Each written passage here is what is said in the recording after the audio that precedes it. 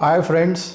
चलिए आज से हम म्यूचुअल फंड्स को लेके एक सीरीज चालू करने वाले हैं। आप में से बहुत सारे लोगों के मन में ये क्वेश्चन आता है कि म्यूचुअल फंड्स क्या होते हैं, म्यूचुअल फंड्स के माध्यम से कैसे हम अपने छोटे छोटे गोल्स और ऑब्जेक्टिव्स का अचीवमेंट कर सकते हैं, म्यूचुअल फंड्स में इन्वेस्टमेंट करते समय किन बातों का हमें ध्यान रखना है, म्यूचुअल फंड में इन्वेस्टमेंट करने के मेजर बेनिफिट्स क्या होते हैं, किस तरीके से टैक्स का बेनिफिट मिलता है, किस तरीके से टैक्स प्लानिंग में हम म्यूचुअल फंड्स का एज एन इंस्ट्रूमेंट यूज़ कर सकते हैं, म्यूचुअल फंड में जब हम इन्वेस्टमेंट करते हैं तो जो हमें रिटर्न मिलता है उसमें किस तरीके से टैक्स ट्रीटमेंट होते हैं, कितने प्रकार के म्यूचुअल फंड्स होते हैं और म्यूचुअल फंड्स में इन्वेस्टमेंट करना क्या रिस्क फ्री होता है, क्या इसमें रिटर्न्स की गारंटी होती है या इसके भी रिटर्न्स मार्केट से लिंक्ड होते हैं। इसी तरह के सारे सवालों का जवाब देने की आज हम कोशिश करते हैं। नमस्कार दोस्तों, मैं अभिषेक उपाध्याय अपने यूट्यूब चैनल पे आप सभी का स्वागत करता हूँ। चलिए सबसे पहले हम समझने की कोशिश करते हैं कि म्यूचुअल फंड्स होते क्या हैं, स्टॉक मार्केट और म्यूचुअल फंड्स में क्या संबंध होता है। दोस्तों जैसे हम बात करें टाटा मोटर्स की, मारुति की, टीसीएस की, इन्फोसिस की, ऐसी कई कंपनीज होती हैं जिनमें आप स्टॉक मार्केट के माध्यम से इन्वेस्टमेंट कर सकते हैं। पर जब हम स्टॉक मार्केट के माध्यम से डायरेक्ट इनमें इन्वेस्टमेंट करते हैं तो हमारा रिस्क बहुत ज़्यादा रहता है। साथ ही साथ चूँकि एक पर्टिकुलर कंपनी में इन्वेस्टमेंट करने से हमारे पोर्टफोलियो का डाइवर्सिफिकेशन नहीं होता, तो साथ ही साथ में कई लोगों को इसमें इन्वेस्टमेंट कैसे करना है इसकी सही जानकारी नहीं होती। इसीलिए म्यूचुअल फंड एक वो रास्ता आपको प्रोवाइड करता है जिसके माध्यम से आप बहुत सारी कंपनीज़ में म्यूचुअल फंड के थ्रू अपने पोर्टफोलियो को डाइवर्सिफाइड करके इन्वेस्टमेंट कर सकते हैं। इक्विटी के अलावा बहुत सारे और भी एसेट क्लासेस होते हैं जिनका बेनिफिट्स आप म्यूचुअल फंड इन्वेस्टमेंट के माध्यम से लेते हैं। तो सबसे पहले साधारण भाषा में हम समझने की कोशिश करते हैं कि बेसिकली म्यूचुअल फंड्स होते क्या हैं। म्यूचुअल फंड्स का मतलब ये होता है कि बहुत सारे इन्वेस्टर्स जब मिलके एक पूल ऑफ मनी बनाते हैं और उस पूल ऑफ मनी को एक प्रोफेशनल फंड मैनेजर इन्वेस्टमेंट करता है और इस तरीके से वो इन्वेस्टमेंट करता है कि जो कॉमन ऑब्जेक्टिव्स होते हैं सारे इन्वेस्टर्स के, उनका अटेनमेंट हो सके, उनको अचीव किया जा सके। तो डेफिनेशन के तौर पे हम ये कह सकते हैं कि mutual fund is a pool of money which is being collected from various investors and the objective of that fund is going for the attainment of common objectives of all the investors। तो जो investors के common objective होते हैं उनको attainment करने के लिए mutual fund investment करता है। अब बात ये आती है कि जब हम म्यूचुअल फंड में इन्वेस्टमेंट करते हैं तो किस तरीके के ऑप्शंस हमारे पास में रहते हैं, कितने तरीके के म्यूचुअल फंड्स अवेलेबल होते हैं। तो चलिए इसकी चर्चा की हम शुरुआत करते हैं। म्यूचुअल फंड्स बहुत सारे तरीके के होते हैं, जैसे ब्रॉडली मैं आपको समझाने की कोशिश करता हूं। जैसे इक्विटी म्यूचुअल फंड्स होते हैं, हाइब्रिड म्यूचुअल फंड्स होते हैं, डेट म्यूचुअल फंड्स होते हैं, लिक्विड म्यूचुअल फंड्स होते हैं, गोल्ड म्यूचुअल फंड्स होते हैं और साथ ही साथ बैलेंस म्यूचुअल फंड्स होते हैं, गिल्ट म्यूचुअल फंड्स होते हैं। कई तरीके के म्यूचुअल फंड्स में आपको ऑप्शन मिलते हैं। समझने की बात है कि इतने सारे जो टाइप के फंड होते हैं उनमें से कौन सा फंड आपके लिए अच्छा है, किस तरीके से फंड्स का चुनाव करना है। ये एक बहुत विशाल सब्जेक्ट है, इसमें बहुत सारी चीज़ों का ध्यान रख के हम इन्वेस्टमेंट करते हैं। जनरली ये देखा गया है ट्रेंड कि बहुत सारे ऐसे डिस्ट्रीब्यूटर रहते हैं और एजेंट्स रहते हैं जो लोगों को टैक्स प्लानिंग के माध्यम से जो है म्यूचुअल फंड्स में जनरली इन्वेस्टमेंट कराते हैं। कई लोग सीनियर सिटीजन्स को जो लमसम ग्रेच्युटी वगैरह का पैसा मिलता है उसको भी म्यूचुअल फंड्स में इन्वेस्टमेंट कराते हैं। बहुत सारे इन्वेस्टर्स ऐसे होते हैं जिनको सही जानकारी नहीं होती और उनको लगता है कि चूंकि कहीं ना कहीं टैक्स को बचाना है और इसके लिए वो म्यूचुअल फंड में इन्वेस्टमेंट करते हैं। तो ऐसे बहुत सारे क्वेश्चंस रहते हैं आपके दिमाग में जिनको मैं कोशिश करूंगा कि आपको सही जानकारी दूं ताकि आप सही इन्वेस्टमेंट और एक इन्फॉर्म इन्वेस्टमेंट डिसीजन ले सकें। तो चलिए अब शुरू करते हैं कि ये जो इक्विटी म्यूचुअल फंड्स हैं ये होते क्या हैं, बेसिकली किस तरीके से ये बनते हैं। तो दोस्तों इक्विटी म्यूचुअल फंड्स साधारण भाषा में आप ये समझ सकते हैं कि ऐसे म्यूचुअल फंड्स होते हैं जो मेनली जिनका एक्सपोजर इक्विटी मार्केट में होता है। इक्विटी मार्केट का मतलब स्टॉक मार्केट होता है। तो जो मेजरली पैसा स्टॉक मार्केट में लगाते हैं वो इक्विटी म्यूचुअल फंड्स या इक्विटी ओरिएंटेड म्यूचुअल फंड्स कहलाते हैं। इसमें बहुत सारी कैटेगरी होती है, जैसे कि large cap equity mutual funds होते हैं, multi cap equity mutual funds होते हैं, mid cap equity mutual funds होते हैं, small cap equity mutual funds होते हैं।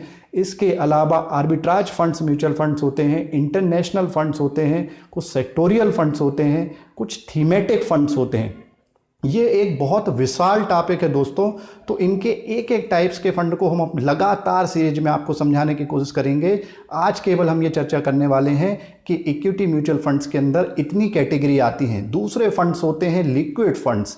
लिक्विड फंड्स ऐसे होते हैं जो अल्ट्रा शॉर्ट टर्म नेचर के होते हैं, शॉर्ट टर्म नेचर के होते हैं, जो कि मनी मार्केट से रिलेटेड जो इंस्ट्रूमेंट्स होते हैं, जैसे आरबीआई का ट्रेजरी बिल है, कमर्शियल पेपर है, और भी कई इस तरीके से सीबॉल वगैरह, certificate of borrowing and lending obligations, ऐसे बहुत सारे मनी मार्केट के इंस्ट्रूमेंट्स होते हैं जिनमें ये फंड्स इन्वेस्टमेंट करते हैं। इसके बाद तीसरी जो इंपॉर्टेंट कैटेगरी है वो डेट फंड्स की आती है। डेट फंड्स जो हैं वो शॉर्ट टर्म भी हो सकते हैं, मीडियम टर्म्स के भी होते हैं और लॉन्ग टर्म के भी होते हैं। बहुत सारे ऐसे डेट इंस्ट्रूमेंट्स होते हैं जिनके माध्यम से कंपनीज, कॉरपोरेशन और फाइनेंशियल इंस्टीट्यूशंस, बैंक्स वगैरह पैसा रेज करते हैं। उनको मिला के जो फंड्स बनाए जाते हैं वो डेट फंड्स कहलाते हैं।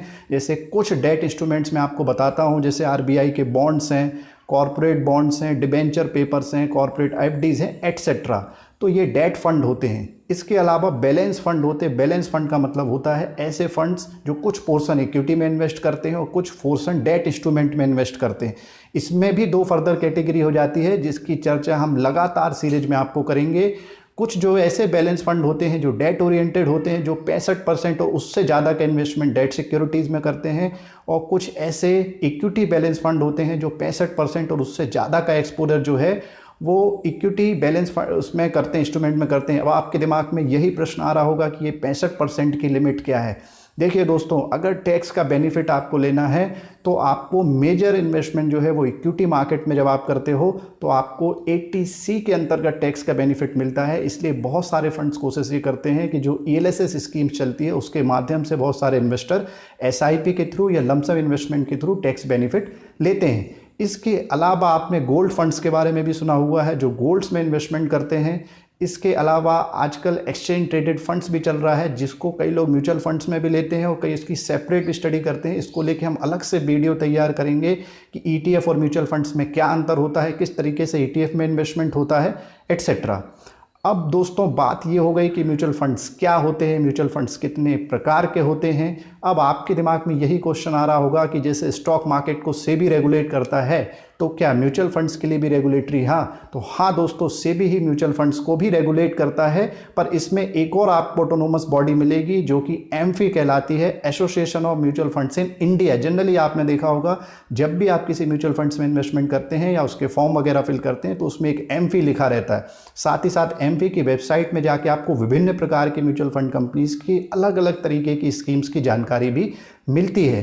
तो एमफी एक म्यूचुअल फंड कंपनी का एसोसिएशन है, पर इसको रेगुलेट करने का काम जो है वो सेबी ही करती है।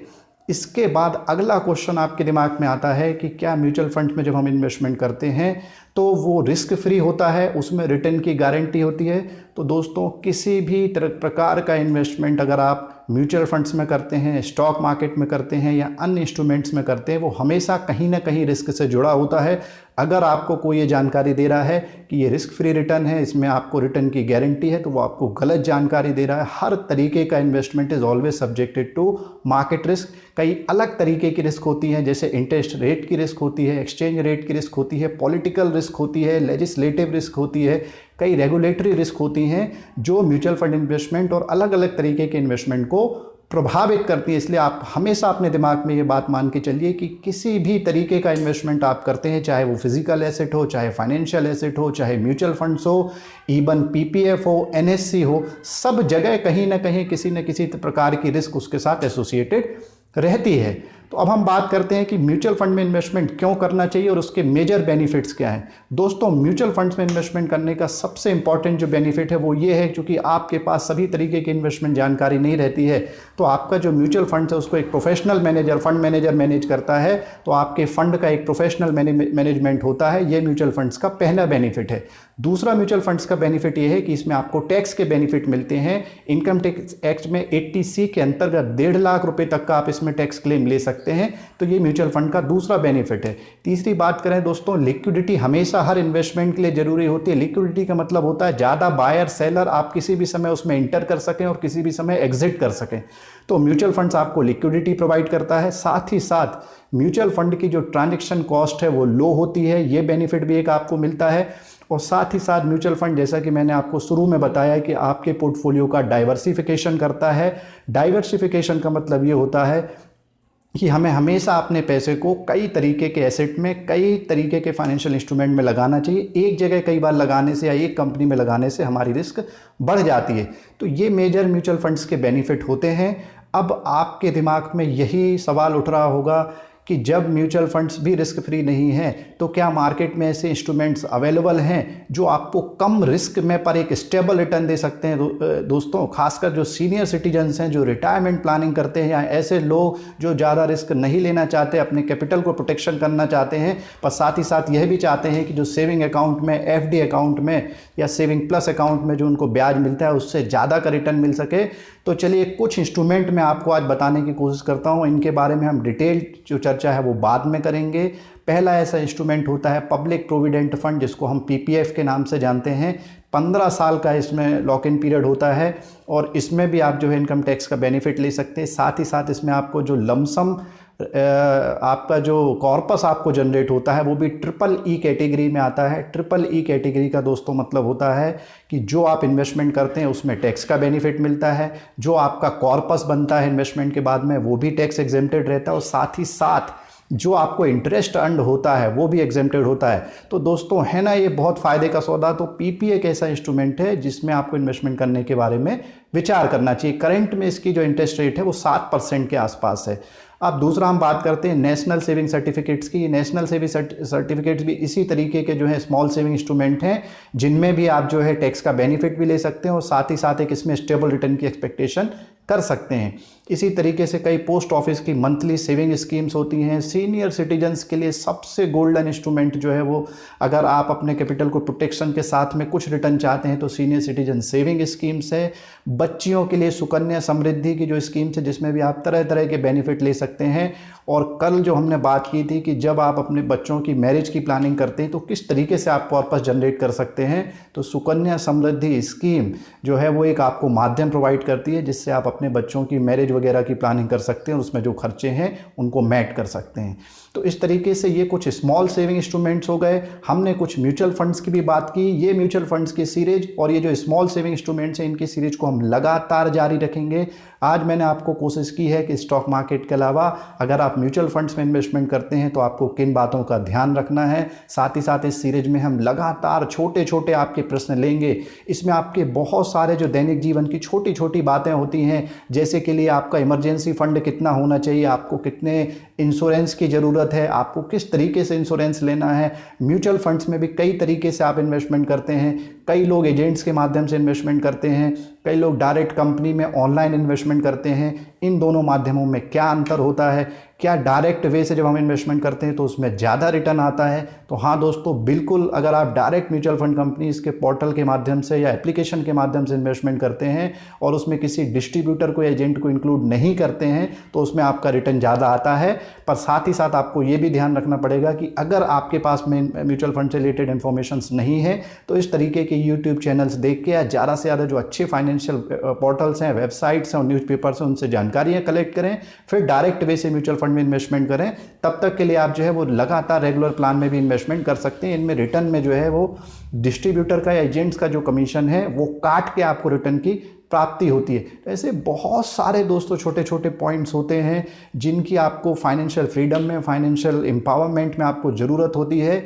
तो दोस्तों, जिस तरीके से आप अपनी फिजिकल हेल्थ का ध्यान रखते हैं उसी इस तरीके से आपको अपनी फाइनेंशियल हेल्थ का भी ध्यान रखना चाहिए। और मैं कोशिश करूंगा कि बहुत साधारण शब्दों में, ये सारे बड़े टेक्निकल कॉम्प्लिकेटेड बातें होती हैं जिनको डिटेल में समझने के लिए हमें समय देना पड़ता है और काफ़ी स्टडी करनी पड़ती है। मैं पिछले 12-13 साल से फाइनेंशियल मार्केट में, स्टॉक मार्केट में हूँ और मैंने काफ़ी टाइम दिया है ऐसी छोटी छोटी बारीक चीज़ों को समझने में। तो मैं कोशिश करूँगा कि मेरा जो नॉलेज है मैं आपके साथ में शेयर करूँ ताकि आप इसका बेनिफिट लगा सकें। तो चलिए दोस्तों, एक बहुत फेमस कोट मेरे दिमाग में म्यूचुअल फंड्स को लेकर आ रही है जो मैं आपके साथ में शेयर करना चाहता हूँ।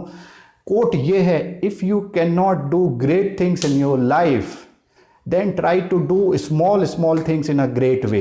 ये एक बहुत इंपॉर्टेंट मैसेज आपको म्यूचुअल फंड इन्वेस्टमेंट के रिगार्डिंग देती है कि अगर आप कोई बहुत बड़ा महान काम नहीं कर सकते हैं अपने जीवन में तो कोशिश करें कि आप जो भी छोटे छोटे काम कर रहे हैं उनको महान तरीके से करने की कोशिश करें।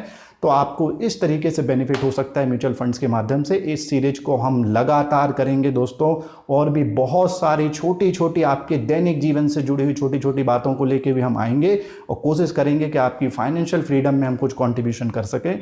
तो अगर आज का कंटेंट आपको पसंद आया है तो इस वीडियो को जरूर लाइक करें, अपने फैमिली मेंबर्स, फ्रेंड्स और ज़्यादा से ज़्यादा लोगों को इसको शेयर करें, इसका सब्सक्राइबर बेस बढ़ाएं। आपके कोई भी फीडबैक और सजेशन है तो हमें ईमेल के माध्यम से देने की कृपा करें। आज के वीडियो को हम यहीं पे क्लोज कर रहे हैं। Thank you very much for your time. Thanks a lot.